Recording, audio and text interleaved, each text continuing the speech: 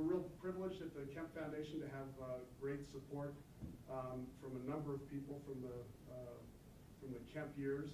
And next I'd like to bring up Dave Hoppe, who's a senior advisor at the Kemp Foundation. He's also working with the Bipartisan Policy Center and has his own firm, Hoppe Strategies. Dave was most recently Chief of Staff to Senator John Kyle. Prior to that, he was at Quinn Gillespie. Prior to that, he was Chief of Staff to Senator Lott. Was it Senator Coates or Congressman Coates when you were with him? Senator Coates. And then prior to that, he was Chief of Staff to my dad, Jack Kemp. I really appreciate Dave's love for the country, his friendship to all the Kemps, and his passion for ideas. So, Dave, come on up.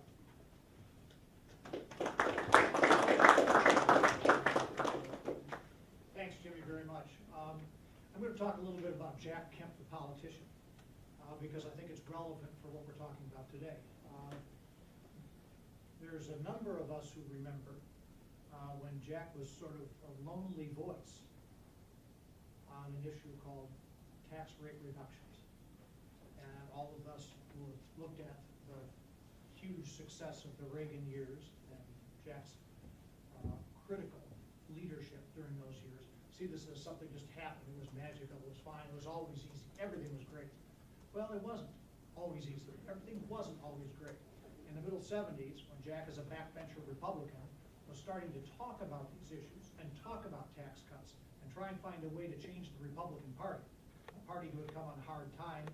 You look at the 1974 elections and the 1976 elections, the party had come on some hard times. And they were a party really without ideas and without direction. But there was this lonely guy walking the halls, and literally walking the halls, named Jack Kemp, who had read and looked at some history and looked at tax cuts and was talking to people like Art Laffer and Robert Mundell and others, and realized, working with them, that there was a better way to stimulate the economy than simply to do whatever we could to cut every bit of spending we ever could at any time. The Republican Party was basically, at that time, in the mid-70s, their idea was, we'll do everything the Democrats will do for you, but we'll do a little bit less of it and a little bit cheaper, and we're not sure what'll get done, but don't you like us? Not much of a leadership.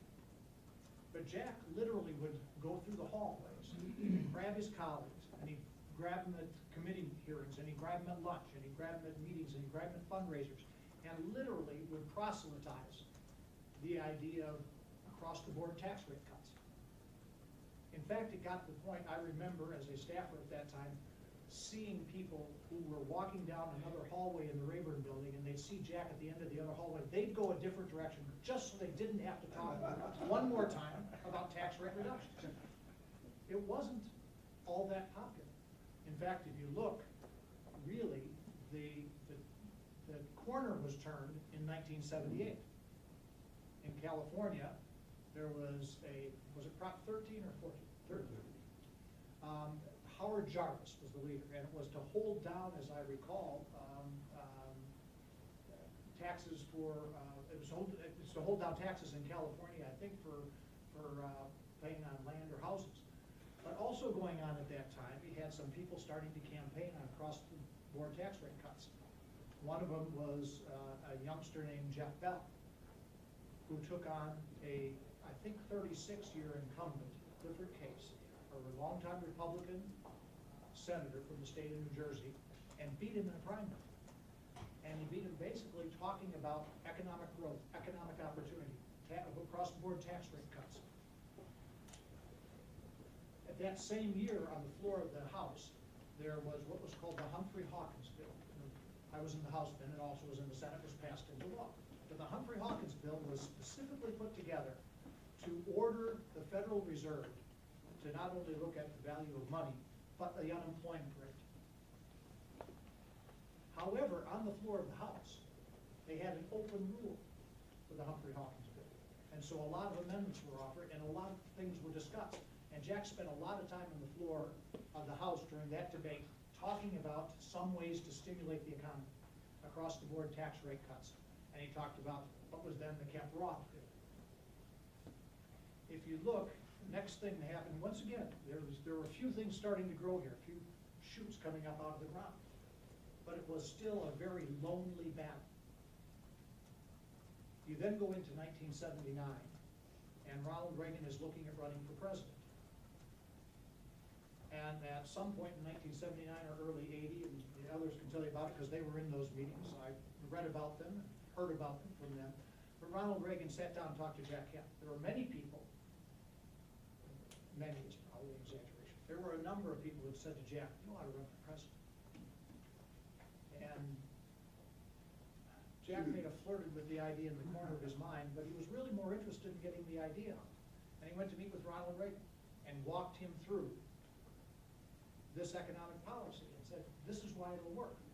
And there were a number of people, and that time Governor Reagan, since President Reagan's campaign, who realized that they needed to campaign on ideas. It wasn't enough just to say Jimmy Carter's not a good president, and there's a malaise in the country, and things aren't going very well. They had to have ideas. And this was an idea that Ronald Reagan realized was a valuable idea. But even that didn't turn the corner completely. I happened to be working once again on the Hill at that time, and my boss at that time was Congressman Trent Lott, who then was appointed as vice chairman of the Republican Platform Committee. And I remember during the spring, the winter, late winter and spring of 1980, as we were sitting down and putting the platform together, the types of discussions we had among people who were going to be on the platform committee.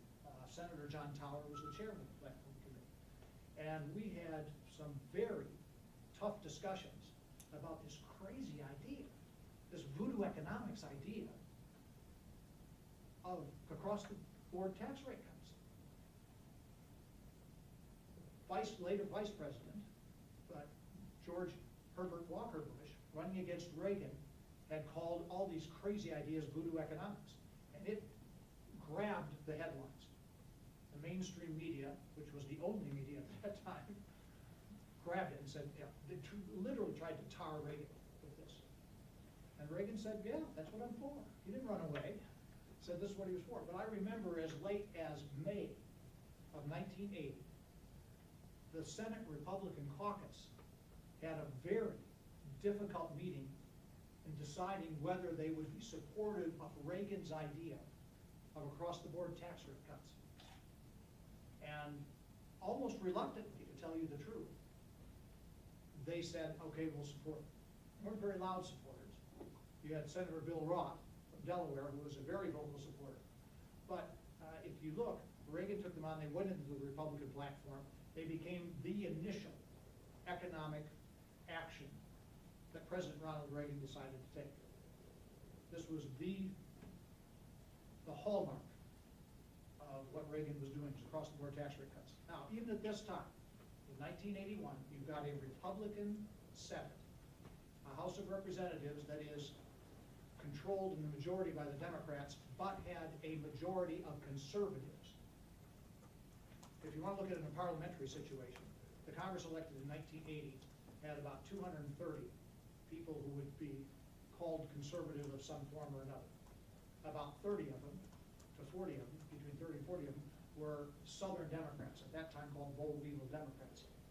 But they felt very much the way Ronald Reagan did.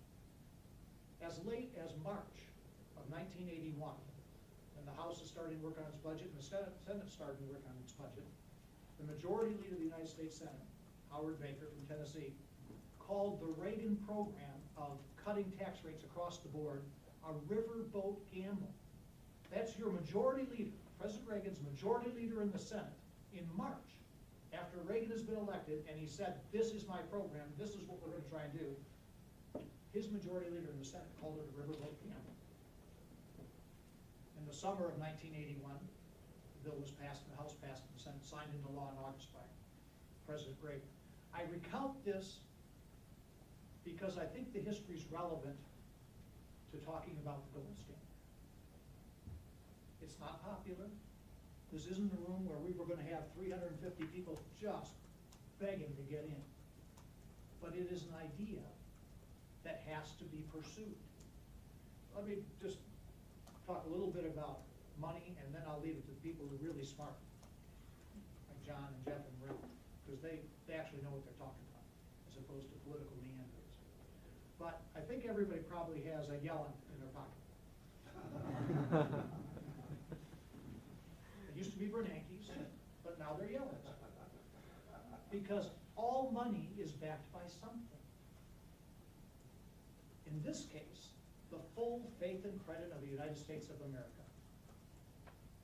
How's that working out for Crimea? You feel pretty good about that?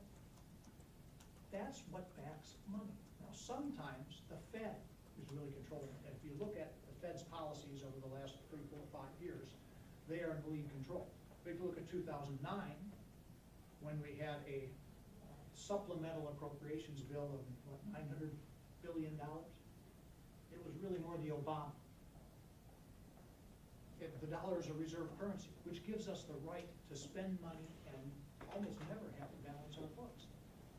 And trade, all these things come into it. But that's what the dollar's backed by. Now, there's an alternative. The dollar can be backed by other things. Currencies can be backed by other things. The question is whether you think Janet Yellen is all you need behind the money of the United States, and that's better than having a stable monetary policy based on backing your money by something else. In this case, we suggest gold. But that, it's not like the dollar isn't backed by something. It is. But to me, it's a much weaker backing than it would be if it were backed by gold, and you'll have stable money and prices. And that's over the long run, which helps the person Jimmy was talking about, that marginalized person, that person who's on the margin at most risk, that small businessman, that person who's just gotten their first job, that person who's just come out of college and owes a ton of money and is trying to find some way to make it, just got married, maybe trying to buy a house. Those are the people to whom, if money, they don't know what it's going to be worth next month, next year, 10 years from now. They are the ones most at risk. And that's why we wanted to start talking about monetary policy again. Are we in the wilderness? Yeah, and a little bit right now we're in the wilderness. But as I said, 1975 and 76 and 77 and 78 and 79 and 80, and in the spring of 1981, Jack Kemp and President Ronald Reagan were in the wilderness, fighting for an idea that I think proved to be quite successful.